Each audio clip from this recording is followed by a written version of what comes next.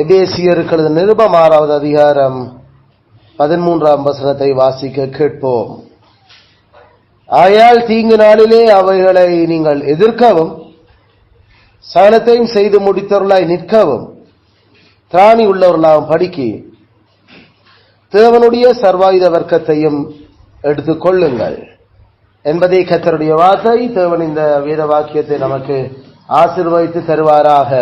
ஆமென், ஆமென். சகோதரரே, நாங்கள் சென்ற முறை இதன் நிமித்தமாக என்கின்ற அந்த ஆரம்ப சொல்லிலிருந்து தேவனுடைய வசனத்தை கவனித்துக் கொண்டோம்.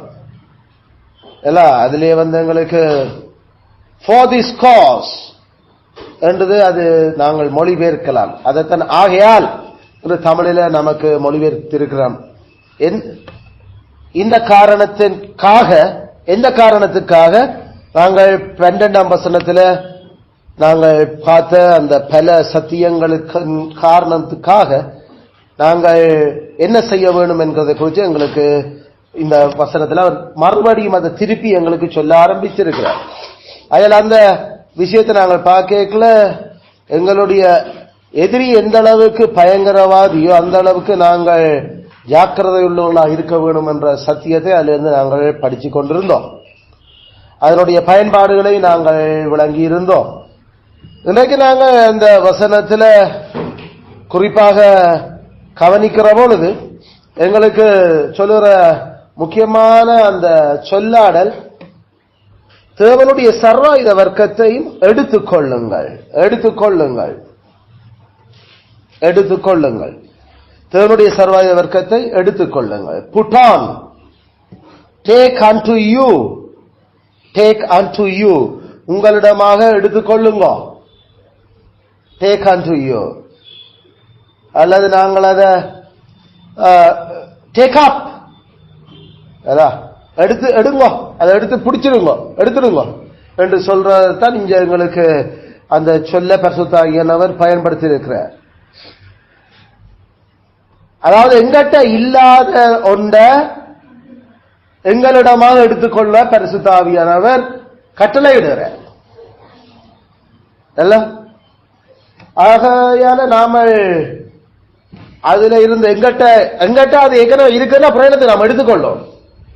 எங்கள்கிட்ட அது இல்லை, எங்களுடையதும் அது அல்ல, அதனால நாங்கள் அதை எடுத்துக்கொள்ள வேண்டி இருக்குது. அப்ப இதுல இருந்து நாங்கள் வருகிற சத்தியம், நாங்கள் கொண்டு வருகிற 2வது சத்தியம் இந்த வசனத்தில்,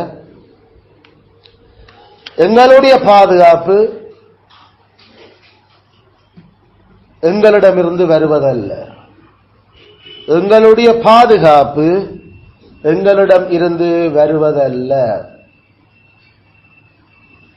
Our defense is not from ourselves. Our defense is not from ourselves.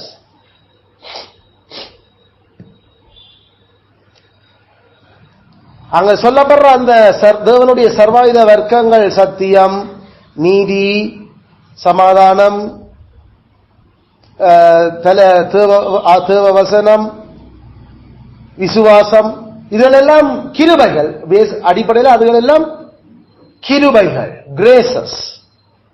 அந்த கிருபைகள் அது பரத்திலிருந்து எங்களுக்கு கொடுக்கப்படுது.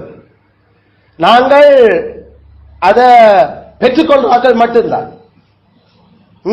நாங்கள் அதை பெற்றுக்கொள்வாக்கள் மட்டும்தான். அதுதானே யாக்கோபு 1:17 சொல்ற, பரத்தில இருந்து தான் இந்த கிருபைகள் கொடுபடுது நமக்கு. 1 கொரிந்தியர் 4:7 பவுல் அப்போஸ்தலன் கொடுத்து வச்ச மாதிரி, நீங்கள் வச்சிருக்கல பெற்றுக்கொள்ளாதது என்ன? எல்லாம் உங்களுக்கு கொடுக்கப்பட்டது தேவனிடத்தில் இருந்து. ஆகிய நாங்கள் இந்த பாதுகாப்பு அது எங்களுக்கு கொடுக்கப்பட்டது, நாங்கள் அதை பெற்றுக்கொள்கிறோம். அது பரத்திலிருந்து எங்களுக்கு கொடுக்கிறோம். உண்மையில நாம பிறக்கேக்கல நாங்கள் சுபாவப்படி ஆத்மாவும் சரி உடலும் சரி நிர்வாணிகள். நாங்கள் பிறக்கேக்கல எங்கள் ஆத்மாவும் ரிச் இல்லை, அது அலங்கரிக்கப்பட்டில்லை, அதுவும் உடுப்பு போட்டில்லை, அதுவும் கர்த்தருக்கு முன்னால பிசாசு அதை எங்களுடைய சுபாவப்படி என்ன பெற்றார கெடுத்து நிக்கிற மாக்கிறதோட கடைசியில எங்களோட ஆன்மாவும் அது அலங்கோலமா தான் பிறக்குது. நாம இந்த உடலும் அலங்கோலத்தோட அம்மனமா தான் பிறக்கிறோம். ஆத்மாவிலையும் எந்த ஒரு ஆசீர்வாதமும் இல்லை. மெய்யான நீதி, பரிசுத்தம், அறிவு அங்க எல்லாமே குழம்பி போய் இதெல்லாம் ஒரு அறிவாண்டு கேட்கிற மாதிரி தான் நம்ம பிறக்கிற பிள்ளைகள் நாங்கள் பிறக்கிறோம். அதனால ஜோபு சொன்னது போல 1:21 நிர்வாணியாய் வந்தேன், நிர்வாணியாத்தான் நான் திருப்பி போறேன். அதனால நிர்வாணியா வந்திருக்கிறபடியால எங்களை பாதுகாக்கிறதுக்கு ஒரு நிர்வாகமும் எங்கிட்ட இல்லை. அதனால we have to seek, நாங்கள் எங்களுடைய பாதுகாப்பை தேட வேணும், எங்களுடைய பாதுகாப்பை தேட வேணும். அது எங்களுக்கு எசேக்கியேல் 16:4-5 சொல்லி இருக்கிறது போல வாசிக்கிறேன், கவனிச்சுக்கொள்ளுங்க. எசேக்கியேல் 16:4-5.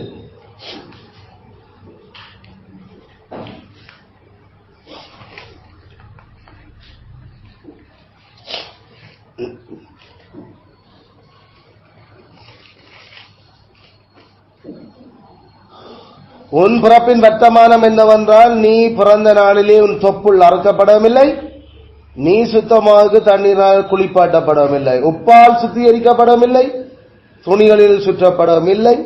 உனக்கா பரிதபித்து இவைகளில் ஒன்றையாயிரம் உனக்கு செய்ய ஒரு கண்ணும் உன் பேரில் இரக்கமாயிருந்ததும் இல்லை. நீ பிறந்த நாளிலே நீ அருவருக்கப்பட்டதினால் வெளியில் எறிந்துவிடப்பட்டாய் என்ற போலதான் எங்களுடைய பிறப்பும். கர்த்தர் எங்களை பிறப்பிக்கல, இன்னும் ஒரு விரியன் பாம்பு பிறக்குது என்றால் அவர் பிறப்பிக்கிறார். அவர் அது சரியான நோவோட ஆதாம் செய்த பாவத்திலிருந்து மனுஷர் அவருக்கு சரியான மன நோவு உண்டு பண்ணி கொண்டு இருக்கிறது. சிறு வயது முதல் எல்லாமே பொல்லாங்கத்தான் கிடந்தது, இப்பையும் அது அப்படித்தான் இருக்குது. அதனால எங்களுடைய ஆவிக்குரிய போராயுதமா இருந்தாலும் சரி, எங்களுடைய உடலுக்குரிய பாதுகாப்பா இருந்தாலும் சரி, அதாவது எங்களுடைய அம்மனத்தை எங்களுடைய உடலை நாங்கள் மூடி சூடு, குளிர் மற்றும் ஏனைய பூச்சிகள் கடிக்காம எல்லாம் இருக்கிறது நாங்கள் உடுப்பு போடணும். அதுவும் எங்களுடைய டிஃபென்ஸ் தான், உடம்புக்கான பாதுகாப்பது. ஆக இந்த உடம்புட பாதுகாப்பும் இல்லாம ஆத்மான பாதுகாப்பும் இல்லாம தான் நாம் இந்த உலகத்தில் பிறந்தோம். ரெண்டுமே எங்களுக்கு வெளியில இருந்து கொடுக்கப்பட வேண்டி இருக்குது. அதனால அதுல இருந்து நாம அதை எப்படி பயன்படுத்த போறோம், த யூஸ் என்ன பயன்? நாங்கள் போராயுதங்கள் அற்றவர்களாக இருக்கிறபடியினால் அதை எங்களுக்குள்ள அல்ல, எங்களுக்கு வெளியே தேட வேணும். எங்களுக்குள்ள அல்ல, எங்களுக்கு வெளியே தேட வேண்டும்.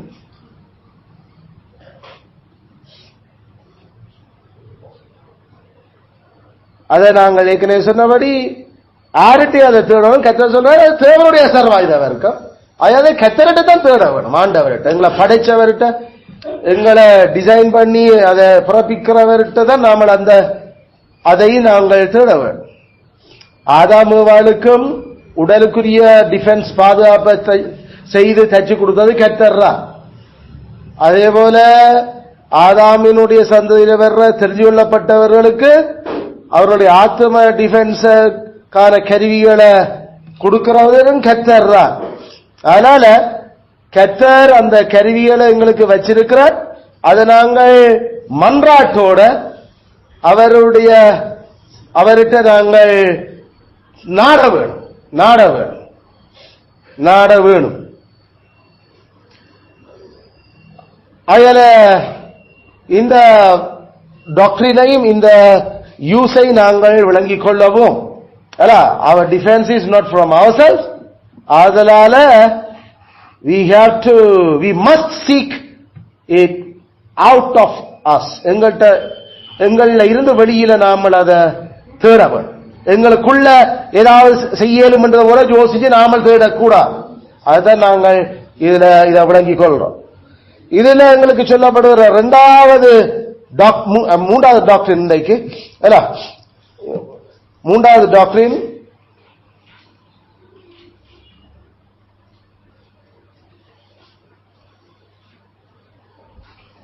சீரழிந்த கிருபைகள் அல்லது சீர்கட்ட கிருபைகள்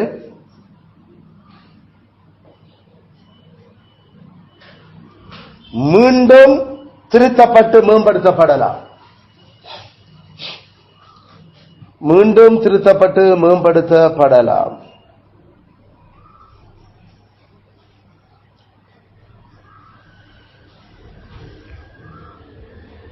இப்ப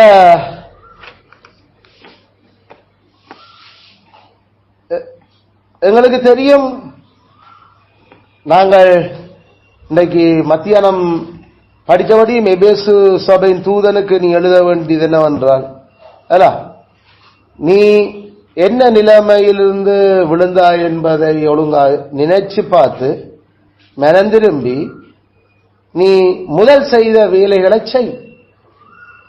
அப்ப கர்த்தர் என்கிட்ட அந்த ஆதி முதல் அன்பை செய்ய சொல்லிதான் கேட்கிறார். அன்பு ஒரு கிருபை.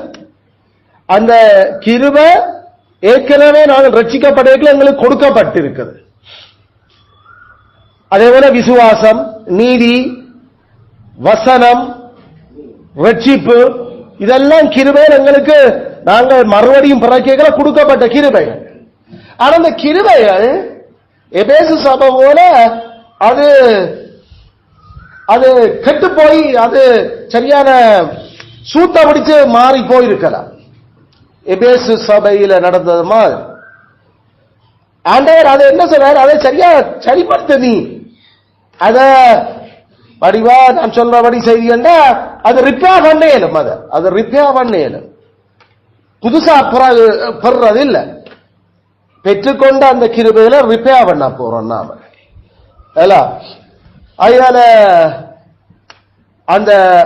அதைத்தான் நாங்கள் இங்க சொல்ல வரோம். இப்ப எடுத்துக்கொள்ளுங்கள் என்ற அந்த சொல்லு இப்பதான் புதுசா எபேசு சபைக்கு அந்த சர்வாயுத வர்க்கங்களை பற்றி அறிவே வருகிற மாதிரி நாம நினைச்சிடல கூடாது. அல்ல, நாங்கள் ரட்சிக்கப்படல, எங்களுக்கு இந்த சர்வாயுத வர்க்கங்களுடைய அது ஆயுதமா என்னவான்னு தெரியாட்டி எங்களுக்கு அந்த கிருபைகளை பற்றிய அறிவு கொடுக்கப்பட்டிருக்கிறது. நாங்கள் பல பிரசங்கங்கள்ல விசுவாசம், நாங்கள் கர்த்தருடைய வசனமான பட்டயம் இப்படி எல்லாம் கிடக்கு நாங்கள் தெரிஞ்சிருக்கோம். நாம ரட்சிக்கப்பட்டு இந்த 2025ஆம் ஆண்டு தான் நாம எபேசியர் நிருபத்திலிருந்து அந்த பகுதியை மட்டும் இன்றைக்கு தான் பார்த்த மாதிரி நாங்கள் கதைக்கையில் எங்களுக்கு எப்போ பல விஷயங்கள் தெரியும். ஆனா பிசாசுகளுக்கு எதிரான போராட்டத்தில் நாங்கள் அதை சரியா பயன்படுத்த இல்லை. அதனுடைய அர்த்தம் அது நாங்கள் அந்த ஆயுதங்கள் கரல் புடிக்க வச்சு அது இயங்காம அது சரியான விதத்தில் பயன்படுத்தப்படாம கிடந்தது. இப்ப பவுல் சொல்றார், பரிசுத்த ஆவியானவர் அவரோடாக அதை திருப்பி எடுத்துக்கொள்ளுங்கடாப்பா. கடைசியா சகோதரரே, அது தேவனுடைய சர்வாயுத வர்க்கங்களை எடுத்துக்கொள்ளுங்க. உங்களுக்கு தேவனுடைய சர்வாயுத வர்க்கம் தெரியாதில்ல, அது தெரியும். அதை சரியா பயன்படுத்துறதுக்கு அதை நீங்கள் திருப்பி எடுங்க. ஏதோ அப்பத்தான் எல்லாத்தையும் புதுசா இல்ல, அதை திருப்பி ரிப்பேர் பண்ணி சரிப்படுத்திக் கொள்ளுங்க. அதான் அதனுடைய அர்த்தம். அப்போஸ்தலனாகிய பேதுருவுக்கு இயேசு கிறிஸ்து சொல்லேக்கல லூக்கா 22:31 நீ குணப்பட்ட பின்பு மற்றவர்களையும் குணப்படுத்து.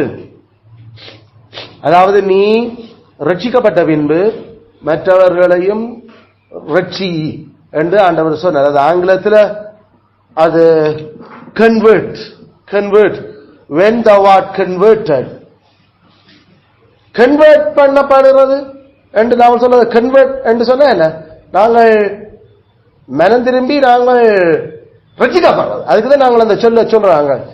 எப்ப கன்வெர்ட் ஆனீங்கள் என்று நாம கேட்கிறது வழக்கம். அதாவது எப்ப ரட்சிக்கப்பட்ட நீங்கள்.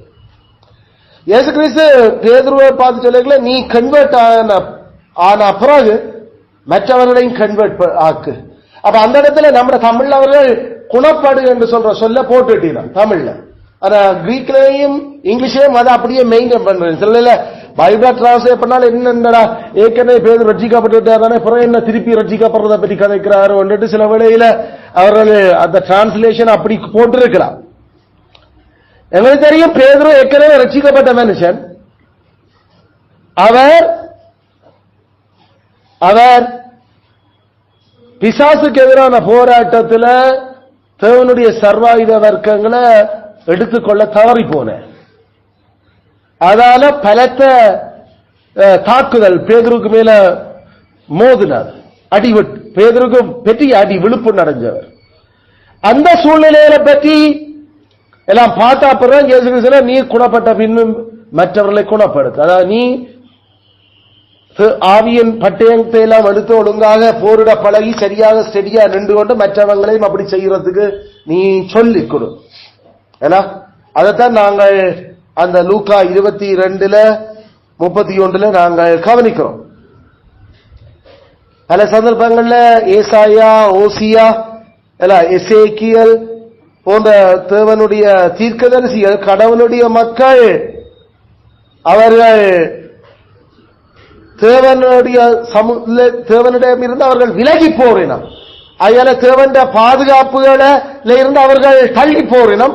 அதனால திரும்பி அதை சரிப்படுத்தி வாங்கும் என்று ரிப்பேர் அண்ட் கம், அதை சரிப்படுத்த உங்களோட வழிகளை சீர்படுத்துங்கள் என்று கர்த்தர் சொல்லுகிறார். அதுல சீர்படுத்த ரிப்பேர் பண்ணு, அதை திரும்பி சரிப்படுத்து. அப்ப அந்த உங்களோட வழிகள் சரிப்படுத்த கத்திர கிருபைகளுக்கு ஏற்ற விதத்தில் அதை அந்த கிருபையில பெறதுக்கு ஏற்ற மாதிரி சரிப்படுத்தி கொண்டு வா. அதான் அந்த சீர்படுத்துங்கள், அதை ரிப்பேர் பண்ணி ஒழுங்குபடுத்துங்க. இல்லாட்டி தேவனாகிய கர்த்தர் உங்கள்கிட்ட திரும்பி அவர் உங்களுக்கு எதிராளியாக மாறுவார். இப்படிதான் அவங்களை எச்சரிச்சாங்க. அதனால இந்த கிருபைகள் அது கெட்டு போனாலும் எங்கட நாங்கள் சரியா பயன்படுத்தாம விட்டு அது ரிப்பேர் பண்ணி திருப்பி போட்டுக்கொள்ளப்படலாம் அந்த ஆயுதங்கள். அதைத்தான் தாவீதும் திருப்பி தன் ஜெபத்தில் அவன் கேட்டான், அதை ரிப்பேர் பண்ணி திருப்பி பெற்றுக்கொண்டான். அவன் அதுக்காக ஊக்கத்தோட ஜெபம் பண்ணான். சங்கீதம் 51:10 சங்கீதம் 51:10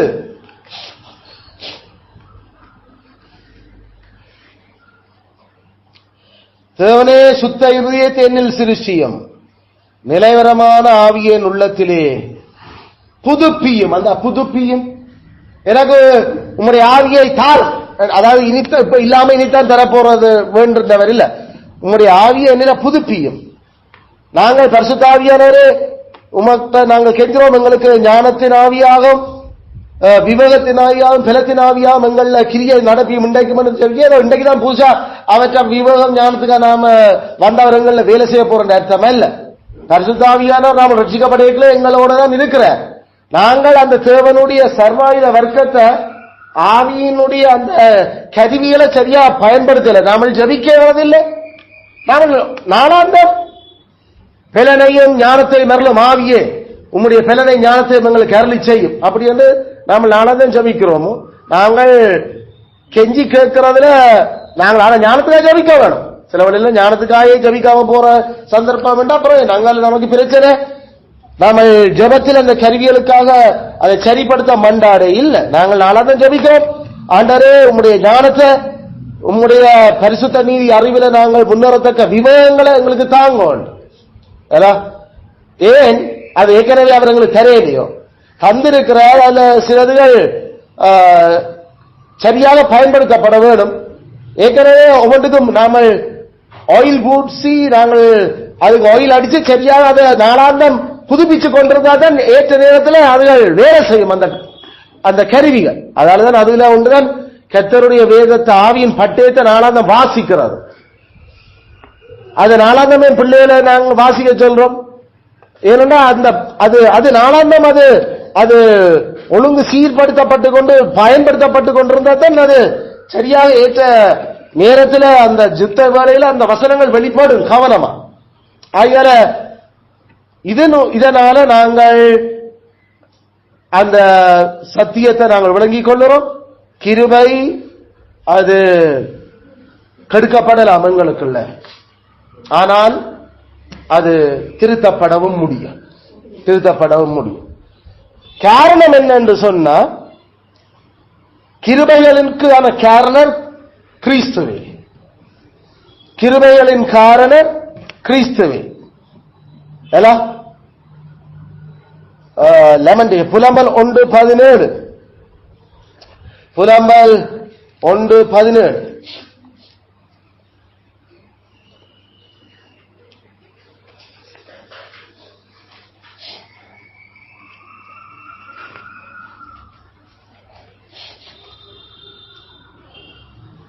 சீயோன் தன் கைகளை விரிக்கிறாள், அவளை தேற்றுவார் ஒருவரும் இல்லை. Lamentations I'm sorry James 1:70. அதாவது யாக்கோபு 1:17. அது ஏற்கனவே நான் சொன்ன வசனம் தான். யாக்கோபு 1:17 பரத்திலிருந்து கொடுக்கப்படுகிற சகல அந்த கிருபைகள் தேவன் தான் அதுக்கு காரணம். யாக்கோபு 1:17 நன்மையான எந்த ஈவும் பூர்ணமான எந்த வேதமும் பரத்திலிருந்து உண்டாகி ஜோதிகளின் பிதாவிடத்திலிருந்து இறங்கி வருகிறார். அதனால கிருபைகளுக்கான காரணர் கர்த்தராகிய இயேசு கிறிஸ்து. அவர் ஒரு காலம் மாறாதவர். He is unchanging. அவர் தன்னை நோக்கி தன் ஆவிக்காயும் தன்னுடைய தன் கருவிகளுக்காயும் மண்டாடுற ஒவ்வொருவருக்கும் அவர் அதை கொடுக்கிறதுக்கு ஆயத்தமாயிருக்க. அதுக்கு அவர் பல உவமைகளை சொன்னவர். அதுக்கு கெடுதலான அல்லது தீங்கு நிறைஞ்ச பெற்றாராகிய நீங்களே கூட பிள்ளைகளுக்கு நல்ல ஈவுல கொடுக்க அறிஞ்சிருப்பீர்களா? பரிசுத்தாவியினுடைய அந்த கிருபையை என்னட்ட கேட்கிறது ஆட்களுக்கு நான் எவ்வளவு அதிகமாக கொடுப்பேன். அவர் அதுக்கு உறுதியாக அவர் இருக்கிறார். நான் மாறல. நீங்கள் என்னட்ட அந்த கிருபையை கேட்டீங்கன்னா கட்டாயமானது தான். ஏன்னா அது எந்த கிருபை, நானும் அந்த கிருபையை தர முடியும். என்னுடைய கிருபைகள் உங்களுக்கு கொடுக்கப்பட்டதான் நீங்கள் அதை போட்டுக்கொள்ள முடியும். Then you have to pray. அதுக்காக நாம மன்றாட வேணும். எங்களுடைய ஜபங்கள்ல குறிப்பாக அந்த அந்த இன்றைய நாளுக்குரிய பாடுகள், அந்த பாடுகளுக்கு நாங்கள் முகம் கொடுக்கிறதுக்கான ஞானங்கள், சரீர பலங்கள், தயவுகள் கடவுளே எங்களுக்கு தேர் என்றது நாளாந்தம் இருக்க வேணும். என்ன நாளாந்தம் எங்களுடைய பலகீனங்கள் எங்களுக்கு தெரியும். நாங்கள் சும்மா அயத்து போறது தெரியும், இழைப்படைஞ்சு களைப்பில இப்படி பல விஷயங்கள் எங்களுக்கு இருக்கிறபடியால அந்த கிருபைகளினுடைய காரணமான அவரை நோக்கி நாங்கள் எப்பவும் மண்டாடி அதை நாங்கள் நாளாந்தம் கேட்க வேண்டிய ஆட்களாக இருக்கிறோம். ஆகியால அந்த கிருபைகள் அது புதிதாக்கப்படும் எங்களுக்கு. இரண்டாவது காரணம் கிருபையினுடைய வித்து அது அழியாது. கிருபையின் வித்து அது அழியாதது.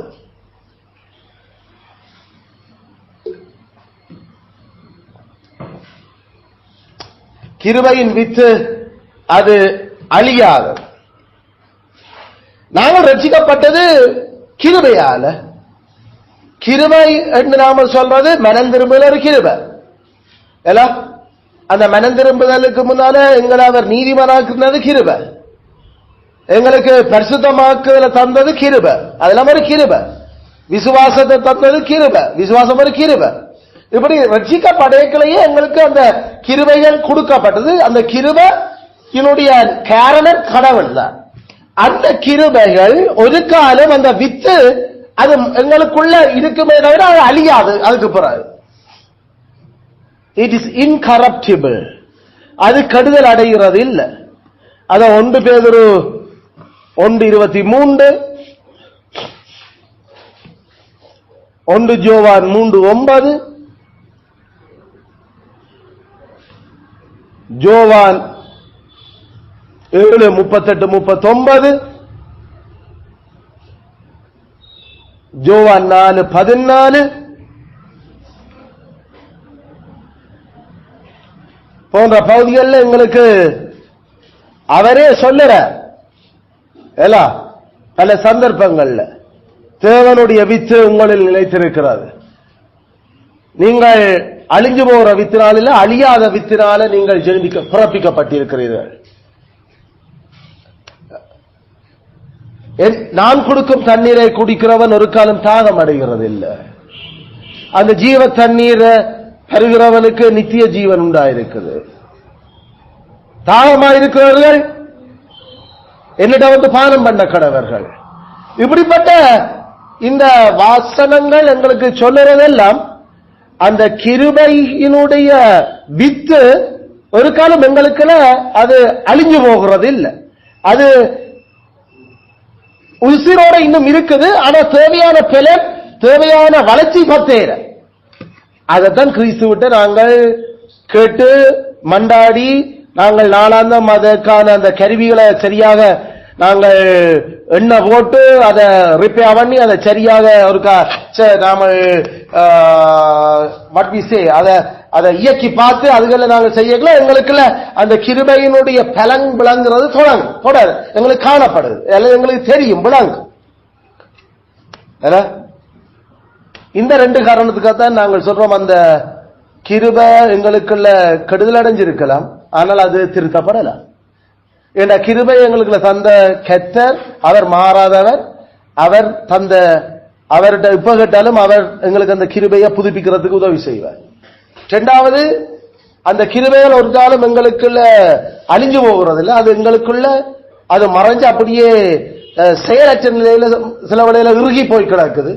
அதை செயல்படுத்துறதுக்கு நாங்கள் அவர்கிட்ட கேட்டு அவர் அதை வர சொல்லி இருக்கிறார், அதை கேட்க சொல்லி இருக்கிறார். நாங்கள் அதை கேட்டா அவர் எங்களுடைய அந்த அலட்சியம், கவனையீனம், எங்களுடைய பெருமை, எங்களுடைய ஏனைய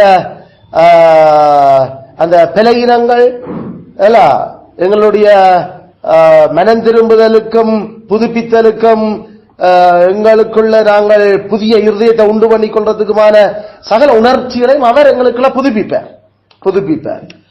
அதனால இந்த உபதேசம் அதுல அதனுடைய காரணங்கள்ல இருந்து நாம அதை பயன்படுத்துறதுக்கு முடியும். தேவை அந்த பயன்பாடு ஒன்று. Use one.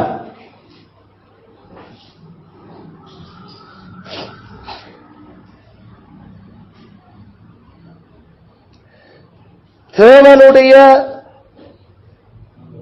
இரக்கங்களின் ஐஸ்வர்யம் மகா உயர்ந்தது.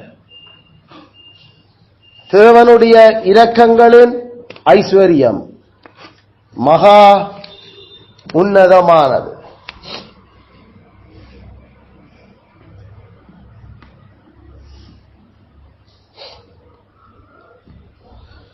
உன்னதமானது.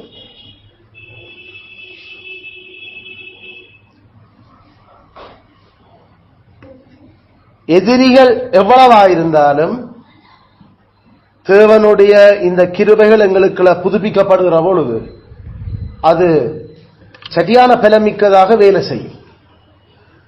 எந்த எங்களுடைய பலகீனங்களும் தேவனுடைய கிருபை எங்களுக்குள்ள அந்த வித்து அது தேவனுடைய பலத்தால அவற்ற கிருபையின் புதுப்பித்தலால் எங்களுக்குள்ள அது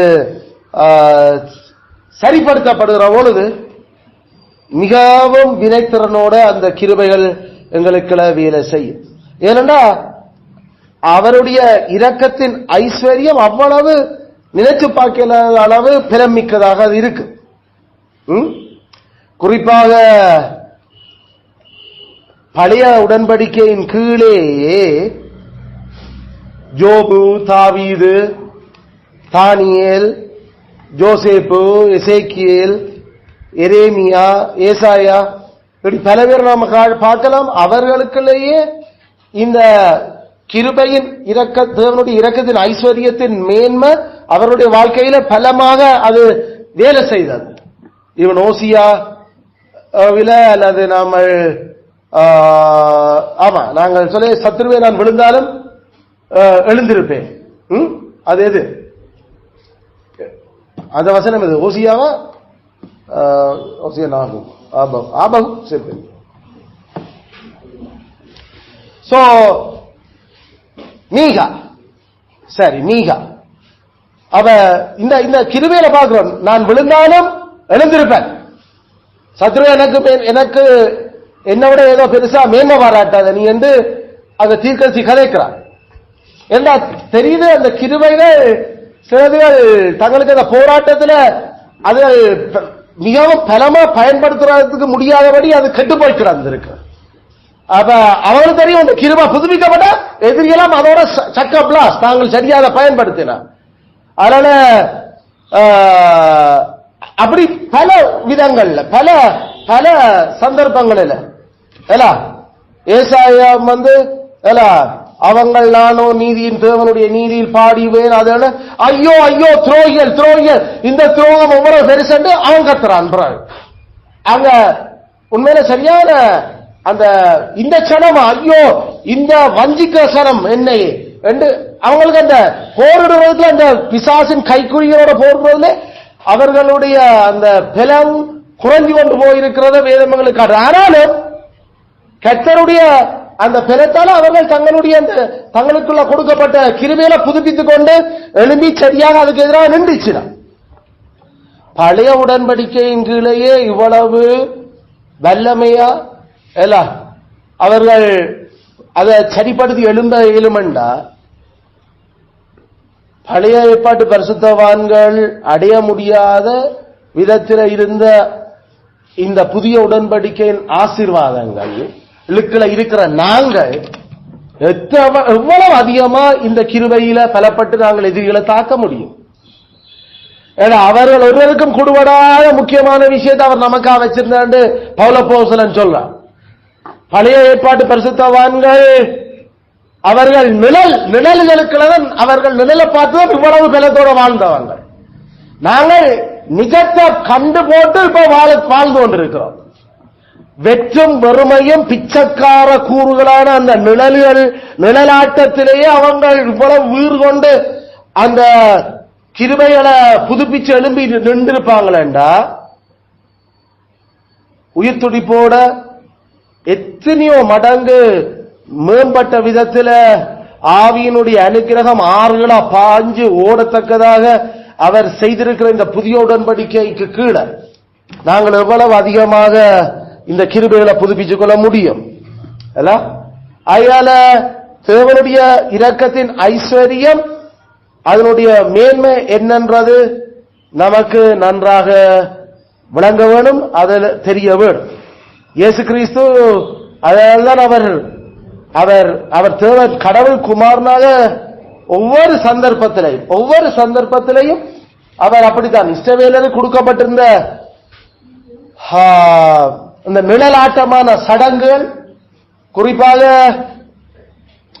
அவர்கள் கடவுளையும் கடவுளோட மினக்காட்டு அவற்றை அந்த சமயத்தை கொண்டு போறதுக்கும் அவர்களை பிறனடைகிறதுக்கும் அவர்களுக்கு கொடுபட்டிருந்த விழாக்களை பற்றி வேதங்களுக்கு கதைக்குது. விழா அதுல லேவியராமம் 23ஆம் அதிகாரத்தில் ஆண்டவர் சொன்னார், நீ இஸ்ரவேல் புத்திரோடு சொல்ல வேண்டியது என்னவென்றால் கர்த்தருக்கென்று நீங்கள் கொண்டாட வேண்டிய விழாக்களாவன ரெண்டு போட்டு தான் தொடங்குகிறார். வாராந்த மாதாந்த வருடாந்த விழாக்கள், வாராந்த மாதாந்த வருடாந்த விழாக்களை அவர் பட்டியலிட்டு கொண்டு வரைக்கல. வருடாந்த விழாக்கள் எங்களுக்கு 3 முக்கியமான வருடாந்த விழாவில் அது ஒரு எக்ஸ்கியூஸ் பண்ணலாம், கட்டாயம் அதில் பங்கு வெற்றியாகும். அந்த 3 வருடாந்த விழாக்களோடையும் கிட்டமுட்டவா இருக்கிற ஏனைய கொண்டாட்ட விழாக்களும் இருந்தது. உதாரணத்துக்கு பாஸ்கா பண்டிகை, பஸ்கா விழா என்று சொன்னா அடுத்த நாள் அவர்களுக்கு அறுப்பின் பண்டிகை தொடங்கிட்டது. புளிப்பில்லாத அப்ப பண்டிகை, அது புளிப்பில்லாத அப்ப பண்டிகை. அதுல பஸ்கா பண்டிகை உண்டு, புளிப்பில்லாத அப்ப பண்டிகை உண்டு. பிறகு முதல் கட்டு அறுக்கிற அந்த முதல் அறுப்பு அது ஒரு விழா. அப்ப அந்த 3 விஷயம் முதலாம் மாசமே தொடங்கிடும் 14ஆம் தேதியில இருந்து. அவளுக்கு ஒரு கிழமை 2 கிழமை அதிலேயே அந்த தியானத்தில் அந்த மாசம் ஓடும். இதுக்களால் அவர்கள் என்ன இவ்வளத்தையும் பலன் கொண்டு அவர்கள் கிறிஸ்துவனுடைய அந்த கிருபைகளை புதுப்பிச்சு கொண்டுச்சு. கிறிஸ்துவுக்குள்ள புதுப்பிச்சாங்க. பிறகு கொஞ்ச நாளால பார்த்தா அடுத்த விழா அது எங்களுக்கு 50 நாள் எண்ணுறாப்பா, சரியா எண்ணி வர்ற 50வது நாள் வாரங்களின் விழா. அந்த அறுப்புல நீ முதல் கதிர்கட்டு அறுத்த அந்த பாஸ்கா பண்டிகைக்கு அடுத்த நாளுக்கு அடுத்த நாள், அதாவது 2வது நாள் புளிப்பில்லாப்ப பண்டிகையோட 2வது நாள் நீ கதிர்கட்டு அறுத்த நீ அதுல இருந்து 50 நாள் எண்ண தொடங்கி 50வது நாள் உனக்கு வாரங்களின் பண்டிகை. அந்த வாரங்களின் பண்டிகை அது அவர்கள் அதைத்தான் நாங்கள் பெந்தகோஸ்து என்று சொல்லுறோம். பெந்திகோஸ் அதைத்தான் நாங்கள் உண்மையாக அறுப்பின் பண்டிகை என்று சொல்றோம். நாங்கள் அறுப்பின் பண்டிகை. இப்ப அந்த அறுப்பின் பண்டிகை அதுவும் ஒரு 7 நாள் தொடர்ச்சியா ஓடுது. அதுக்குள்ளேயும் அவை கிருமிகளை புதுப்பிச்சு கொண்டு இருக்கிறீங்க. பிறகு அறுப்பின் பண்டிகை முடிஞ்சது. பிறகு 7ஆம் மாசம் வருது. 7ஆம் மாசம் வந்த உடனே அவளுக்கு கடைசி முக்கியமான விழாக்கள் அங்க வருது. அப்ப அதுல முதலாவது 7ஆம் மாசம் 1ஆம் தேதி எக்கால மூதும் விழா, எக்கால பண்டிகை. 10ஆம் தேதி அவளுக்கு அது ஜம் கிபூர், அது உபவாச நாள். ஆனா பிறகு அதுல இருந்து 5 நாள் கழிச்சு 15ஆம் நாள் அவர்களுக்கு சேர்ப்பின் பண்டிகை. சேர்ப்பின் பண்டிகை அதாவது அதோட இனி எல்லாம் சேர்த்து ஆச்சு. எல்லா திராட்சை இதுகள் அத்தி இதுகள் எல்லா கனி முடிஞ்சு அது எல்லாம் சேர்த்தாச்சு அதோட. அதனால சேர்ப்பின் பண்டிகை அந்த கூடார பண்டிகை நாம சொல்லுவோம். கூடார பண்டிகை அந்த கூடார பண்டிகை நடக்கிறதுக்கு அந்த கூடாரத்துக்கு போற அந்த கட்டத்தில் அவர்கள் இனி அதுக்கப்புறம் அவர் விதை போண்டும் இல்லை, ஒரு இதுவும் இல்லை. அதுக்கு பிறகு அதோட எல்லாம் சேர்த்து அவர்கள் அதுல சரியான சந்தோஷமா புளிப்புள்ள அப்பம் தான் அதுல சாப்பிடுகிறார். புளிப்பில்லாத அப்பம் இல்லை, அதுல புளிச்ச அப்பங்கள். அப்ப 2 புளிச்ச அப்பத்துல அப்பம் தான் கர்த்தருக்கு காணிக்கையா கொண்டு வரணும். அதுல ஆகையால் அது பெரிய ரொட்டி. அது அப்ப இந்த புளிப்புள்ள அப்பம் அது சரியான முக்கியமான ஒரு பண்டிகை. அவர்களுடைய நாளாந்த வாழ்க்கையில அவர் தங்களுடைய நிலத்துக்கும் தங்களுடைய வானத்திலிருந்து வர மலைக்கும் எல்லா விதத்திலும் அவர் தந்தைகளை ஆசீர்வதிச்சு வச்சிருக்கிறார். இவன் இந்த அறுப்பு பண்டிகை அவர்கள் இந்த கூடார பண்டிகை முடிச்சுதான் போய் மிச்சம் பெறாம அறுக்க போறேன். அந்த அறுப்புகள் எல்லாம் சேர்த்து எல்லாம் எடுக்கல கடவுளே மிச்சம் நீரான் பாதுகாக்கணும் என்றதும் அங்க இருக்குது. கிறிஸ்துவ அதுக்களால கிறிஸ்துவ கிருபைகளை பலப்படுத்தினாங்க. அதுக்களால இப்படி பலப்படுத்தி இந்த பண்டிகையிலூடாக அவர்கள் கிறிஸ்துவனுடைய கிருபைகளை அந்த தங்களுக்குள்ள பலமடைய பண்ணி பிசாசோடும் அவருக்கு எதிராக அவர்கள் நின்றுச்சு. அந்த பண்டிகைகளினுடைய உண்மையான பொருள் கிறிஸ்துவே. அவர் வந்தா பிறகு மண்ணுலகத்தில் வந்து அவர் இப்படி அவர் அதுகள் எல்லாத்தினுடைய பொருளையும் அவர் நிஜமாக்கி அவர் செய்து காட்டின பிறகு அவரே சொன்னார், இப்ப நான் உங்கள் மத்தியில கூடாரம் அடிச்சிருக்கிறேன். நீங்க இந்த கூடார பண்டிகை கொண்டாடுறது நான் தான் அந்த கூடாரம். ஆகையால நான் பிறந்ததே கூடார பண்டிகை காலத்துல தான். இயேசு கிறிஸ்து பிறந்தது மேல கூடார பண்டிகையினுடைய காலம். நாம ஏற்கனவே அந்த கிறிஸ்துமஸ் என்னும் பொய்ய பற்றி படிக்கல. அது செப்டம்பர் மாசத்திலிருந்து அந்த கணக்கு நாமல் போட்ட நாமல் அது ஏறக்குறைய அது சரியாக அதெல்லாம் விழுந்தது. உண்மையில கிறிஸ்து அவர் வார்த்தை அது மாம்சமாகி மனுஷர் மத்தியிலே கூடாரம் அடித்தது என்றது அந்த சொல்ல ஜோவன் சரியா கூடார பண்டிகைக்கு சரியான முக்கியம் கொடுத்து அவர் எழுதுறார். இயேசு கூடார பண்டிகையின் கடைசி நாளில தான் நின்று எல்லாரும் வந்து குடி என்று அவர் கடைசி நாள்ல சத்தம் போடுற. அப்ப உண்மையான கண்ணி இங்க இருக்க நீங்கள் என்னடா இன்னும் அங்க அந்த நிழலை பார்த்து கொண்டு நிற்கிறீர்கள், இதான் அவர் கதைக்கிறார். அந்த நிஜம் வந்த பிறகு இந்த நிழல் எல்லாம் வெற்றும் வறுமையுமா போச்சுது. இப்ப அவர் நிஜமாவே காட்டுற பெந்தகோஸ்தே பண்டிகை அவர்களுடைய அந்த 50வது வாரங்களின் பண்டிகை. அந்த வாரங்களின் பண்டிகை உண்மையில அவர்கள் அது அறுப்பு, அதுதான் அவர்களுடைய அறுப்பின் பண்டிகை என்று சொன்னாங்க.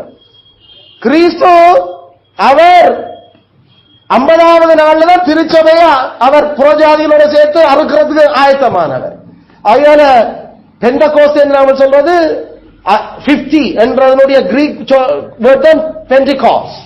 அதனால 50 1 2 3 4 5 50 என்று சொன்னா பெண்டிகாஸ்.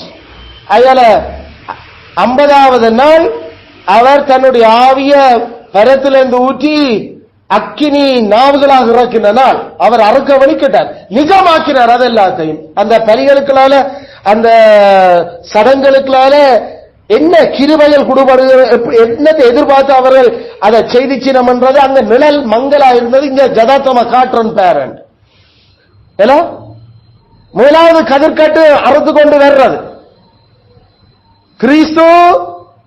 அவர் உயிர்த்தெழுதலின் முதலாவது அறுப்பு கதிர்கட்டு. அதைத்தான் அப்போஸ்தலர் கிறிஸ்து என்கிற எங்களோட பஸ்கா எங்களுக்காக அவர் அடிக்கப்பட்டார். அவர்தான் உயிர்த்தெழுதலினுடைய முதலாவது அறுப்பு கதிர். அதனால பாஸ்காவை அடுத்து வந்த நாள், அதுக்கு அடுத்த நாள், அதாவது கிறிஸ்து உயிர்த்தெழுந்த நாள், அந்த நாளைத்தான் எங்களுக்கு, அதாவது 8வது நாள். அது நிஜமா யதார்த்தத்தில் புதிய உடன்படிக்கையில் அது நடந்து கொண்டிருக்குது. இப்படி இந்த நிழல்கள் எல்லாத்தையும் நிஜமாக்கின இந்த உடன்படிக்கைக்குள்ள எவ்வளவு அதிகமாக எங்களுக்கு கிருபைகள் புதிதாக்கப்பட முடியும். அவர் எவ்வளவு அந்த வாஞ்சியோட செய்ய இருக்கிற, அவனோட அதை காட்டியும் இருக்கிற கிறிஸ்துதான் அதுகளை புதிய உடன்படிக்கை மக்களுக்கு அவர் அதிகமாக அதை செய்து கொண்டிருக்கிறார். அதனால இதை நாங்கள் விளங்கினவர்களா, நாங்கள் கிருபை எங்களுக்குள்ள அது கரப்ட், அது டிகேட், அதாவது அது சூத்த பிடிச்சிருந்தால் சில இடங்கள் அதை நாம சரியா திருத்தி எடுத்து அதை ரிப்பேர் பண்ண முடியும் என்றத அதுக்கான சகல ஆதாரங்களையும் வேதம் எங்களுக்கு காட்டு.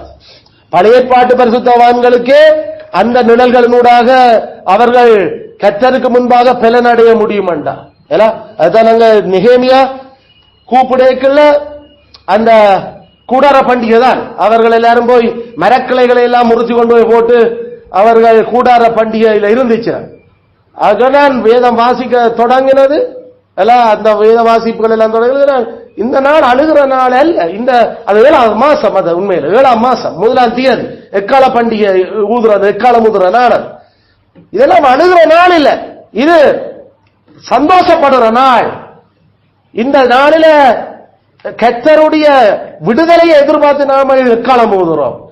அது எங்களுக்கு ஜூபிலி, அது எங்களுக்கு 6 நாள் அடிமைத்தனத்துக்கு பிறகு வர 7வது வருஷம் விடுதலை வருஷம். இதெல்லாம் கணிக்கிற மாசம். அது அதில் எப்படி பல அந்த சந்தோஷங்களை கிறிஸ்துவுக்குள்ள அவர்கள் கொண்டு வந்து கிறிஸ்துவர் எல்லாம் லூக்கார சுவிசேஷத்தை எடுத்து வாசிச்சுட்டு கர்த்தருடைய ஆவியானவர் அமர்ந்திருந்த என்மேல் இருக்கிறார், இதால விடுதலையின் வருஷத்தை அறிவிக்க அனுப்பினார். அந்த விடுதலையின் வருஷம் எதனூடாக அது அறிவிக்கப்பட்டது? 7ஆம் மாசம் 1ஆம் தேதி ஊதப்பட்ட எக்காலத்தின் ஊடாக தொடங்குது. 1ஆம் வருஷம், 2ஆம் வருஷம், 3ஆம் வருஷம். அப்ப ஒவ்வொரு அந்த எக்கால பண்டிகையும் ஊத படையக்குள்ள அடிமையில இருக்க ஒவ்வொருவருக்கும் அந்த தவிர அடிமை அந்த வருஷங்கள் முடியுது என்ற சந்தோஷம். அல்லது 50வது வருஷம் அவருடைய காணி சொந்தமா போகணும், அது கிட்ட நெருங்க போது அது கடந்து போது சரி சரி கிட்ட வர போறோம் என்ற அந்த எதிர்பார்ப்பின் சந்தோஷம் தான் நாங்க அவர்களுக்கு எக்கால பண்டிகையினூடாக காட்டப்பட்டு அவர்கள் பிளனடைஞ்சு அவர்கள் கிருபையில பிளப்பட்டு வாழ்றது. கிறிஸ்து தான் எங்களுடைய எக்காலம். சீனாய் மலையில் அந்த எக்காலம் தொடர்ச்சியா ஊதப்பட்டது. அவர் வரையக்களையும் திருப்பி எக்காலம் ஊதப்படும். அவர் கதை கேட்கலே ஜோவான் சொன்னான், எக்காலம் போன்ற ஒரு சத்தத்தை தான் நான் கேட்டேன் உயிர்த்தெழுந்த கிறிஸ்து. ஆகையால அது எங்களுடைய விடுதலை. இந்த பூமியில நாங்கள் தவிக்கிற தவிப்புகள் இல்ல, இந்த பாவத்துடனான போராட்டம், எங்களுடைய மொக்குத்தனமான பாவங்கள் அல்லது நாம பிளவிட்டதால வர்ற எங்களுடைய வெறுப்புகள், இது எல்லாத்திலும் இந்த ஒரு விடுதலை, முழு விடுதலை. அந்த எக்கால பண்டிகை எக்காலத்தினூட கிறிஸ்து தான் அந்த எங்களுடைய எக்காலம் என்றத வேதம் எங்களுக்கு காட்டிச்சு. இதெல்லாம் புதிய உடன்படிக்கையில யதார்த்தம். ஆகையால இதுகளெல்லாம் நாங்கள் நம்ப விளங்கி நாங்கள் கிருபைகளை நாம புதுப்பித்துக் கொண்டு தேவனுடைய சர்வாயுத வர்க்கங்கள் தொடர்ந்தும் நாங்கள் எடுத்து போட்டுக்கொண்டு முன்னேறுவோமாக. கர்த்தராமே எங்கள் எல்லாருக்கும் இந்த கிருபைகளை புதுப்பிக்கத்தக்க ஞானங்களையும் பலன்களையும் கெஞ்சுதல்களையும் எங்களுக்கு தருவாராக. ஆமென், ஆமென்.